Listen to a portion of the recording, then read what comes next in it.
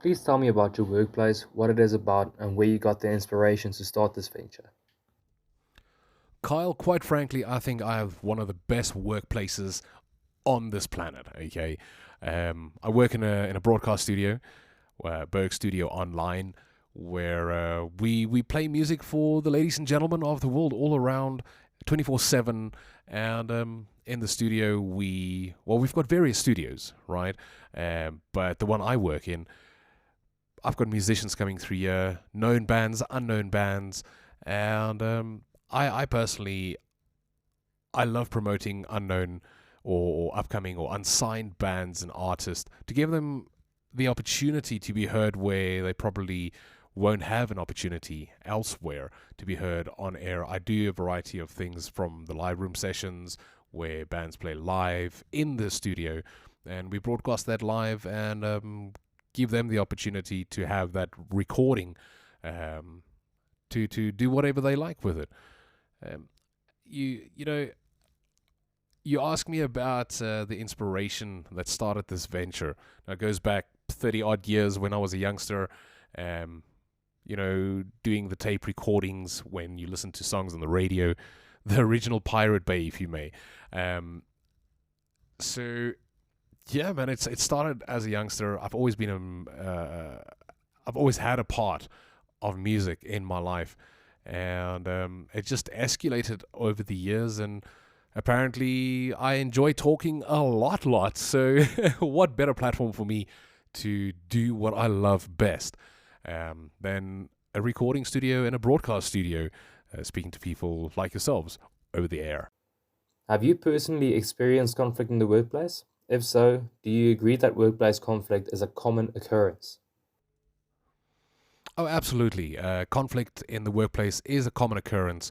I think the magnitude thereof would probably be determined by what your workplace is like. I mean, with us here at BurgStudio Online, we're probably one of the chillest collectives out there. We enjoy soundboarding off each other, bouncing ideas, and the main thing behind it is that we are all we all feel equal.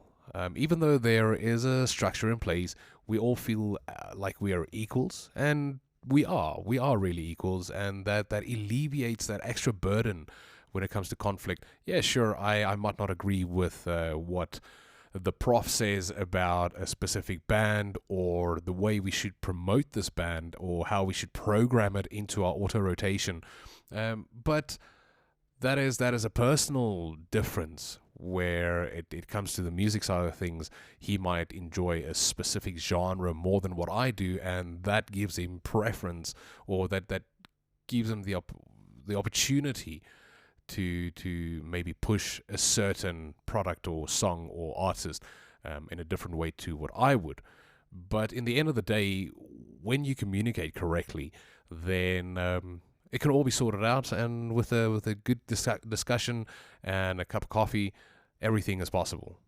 How do you handle conflict if or when it occurs in the workplace? Well, within the workplace, when there's conflict, depending on the company size, I'd say you would either go to human resources, which is always a great help, or most of the time it's a great help to approach human resources if your company does have that department. Other than that, I would reckon having a good conversation with a manager or perhaps, depending on the company size or structure, a director, and just communicate, and speak to one another with respect. That to me is one of the best ways to resolve any kind of conflict. It's just to hash it out amongst each other, and just remember that we're a team. We're a unit that work together as smaller cogs in this greater machine that needs to go forward at all times. Regarding the conflict, what are the most common reasons why it occurs? Look, we don't have much or any conflict really at Berg Studio Online. But in other instances where I've worked with different stations or different companies, then like silly things, I reckon, that bring on conflict. Um, is like harassment, bullying, backhand. What's the right term for that? When you kind of achteraf, the Afrikaans word, um, silly gossiping, making up silly stories about someone to perhaps uh, go forward in your career. But here at BurgStudio Online, we honestly don't have a lot of conflict. I can't remember the last time. Maybe more than a year ago that myself and the IT guy we had a bit of an altercation, verbal altercation, because I thought I knew better, and I am not the IT guy for a very specific reason. Is there anything within this article that you disagree with? What do you disagree with and why? Kyle, I can't say that I disagree with anything in the article. However, if you read it, there's a whole bunch of figures and percentages, which I'm not sure if I'm qualified to say yes or no, that is correct or incorrect. Um, I mean, it's on Forbes. We're talking about billion-dollar industry companies, whereas we at Berg Studio, not so big, not so big at the moment. But what I've read is fairly accurate. I can't say that I've been in a lot of those situations that they write about in the article. However, that I did read, I kind of agree with. Yeah, yeah. In your opinion, what is the difference between workplace bullying and workplace conflict? Kyle, conflict can be expressed in a variety of ways, such as bullying, harassment, insults, non-cooperation, and a few more.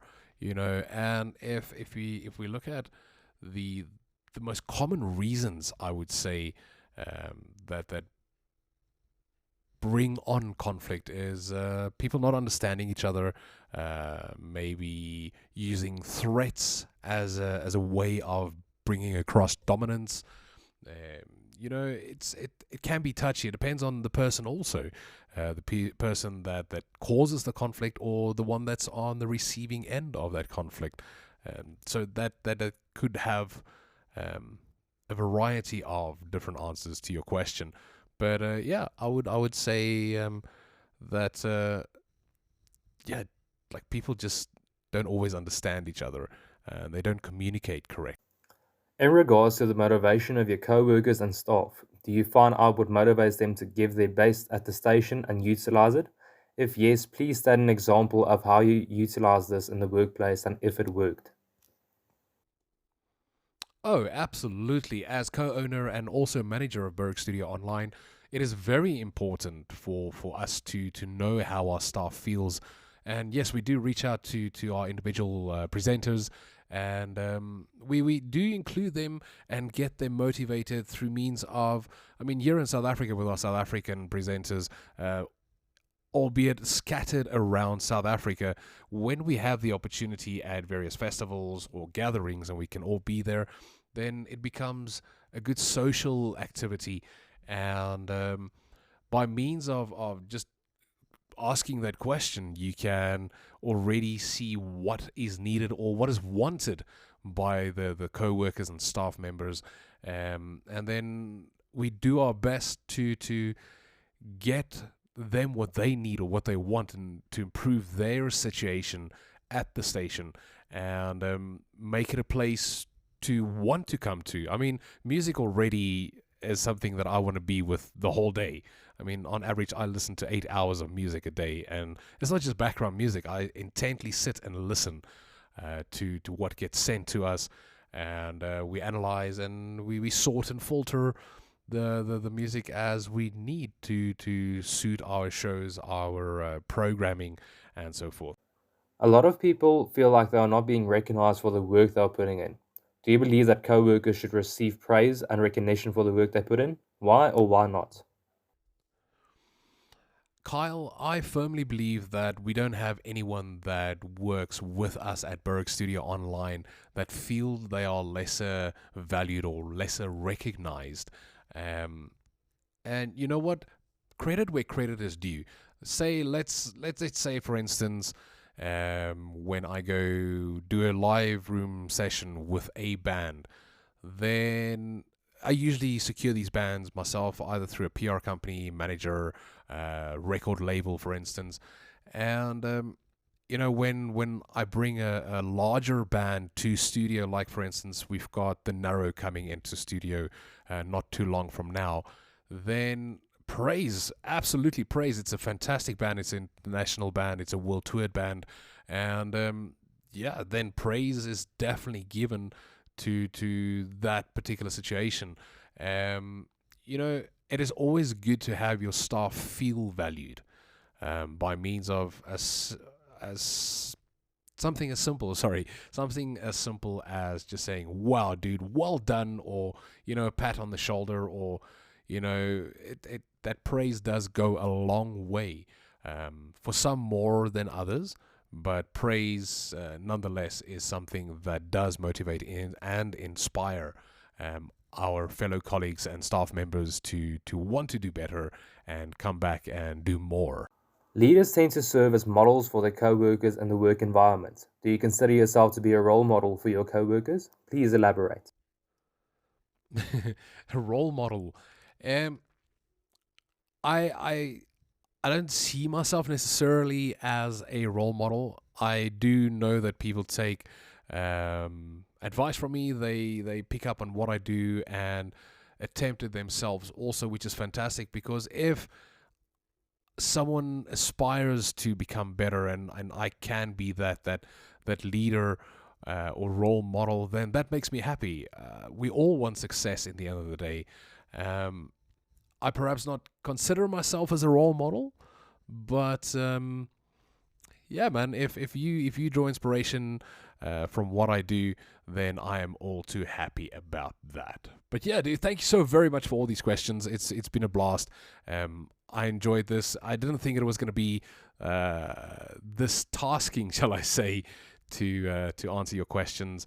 But I am happy that you chose me to be part of this interview. And yeah, man, I look forward to doing some more things with you into the future.